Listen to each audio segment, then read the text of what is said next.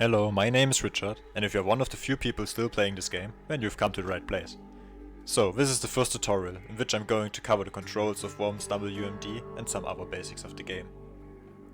This guide in particular is dedicated to beginners, and as we progress through my tutorial series, we are going to dive into the less obvious game mechanics. So, let's start with the controls.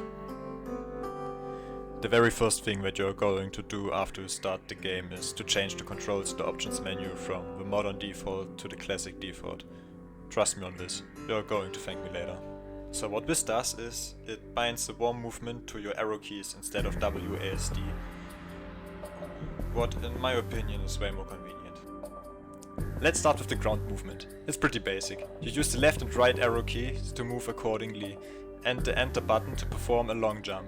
If you hit the enter button twice, your worm will do a flip. While airborne, you can redirect to the left and right with the help of the arrow keys.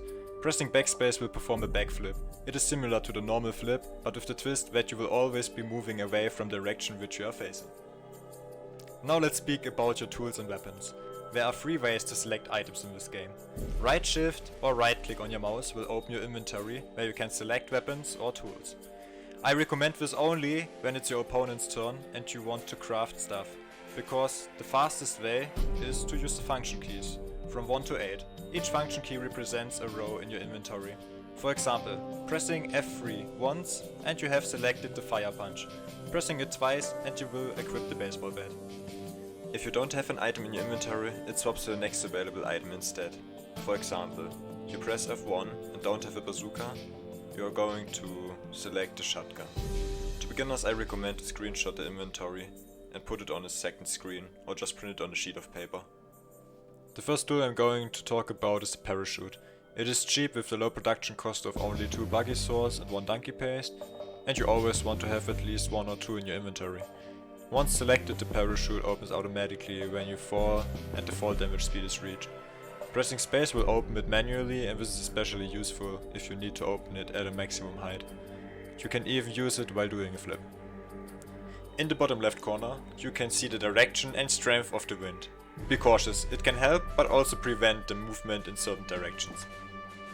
To craft a combat parachute is in my opinion not worth the cost of more resources, because all it does is to give you more control over the gliding direction, so you can move faster against the wind. And after the nerf, the party balloon is as expensive as a jetpack, but not nearly as good.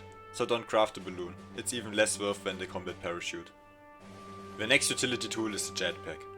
When selected, press space once to activate it, and use the arrow keys to navigate through the map. While utility tools like the parachute or jetpack are active, you can select a weapon and drop it on your opponents with the enter key. If you are new to the game, try to avoid using the jetpack. You won't get better at aiming with weapons or using the other tools like the rope. The last utility tool I'm going to explain in this video is the teleporter. After selecting it, you can place a marker by using your mouse or the WASD keys and confirm the location with space or a left click on your mouse.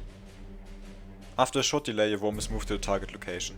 The biggest downside of the teleporter is that it's one of the few utility tools which end your turn, the other being the magnetic drone.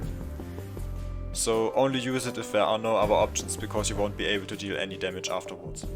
Usually the teleporter is used to get the high ground. That's all for the first video. I intentionally didn't cover the rope because it's such a huge topic that it needs its own video, and in my opinion it doesn't fit into a beginner guide. But don't worry, I'm going to show you in one of the later tutorials how to become better with the rope. And that's all for the first video. I hope you enjoyed watching. Bye.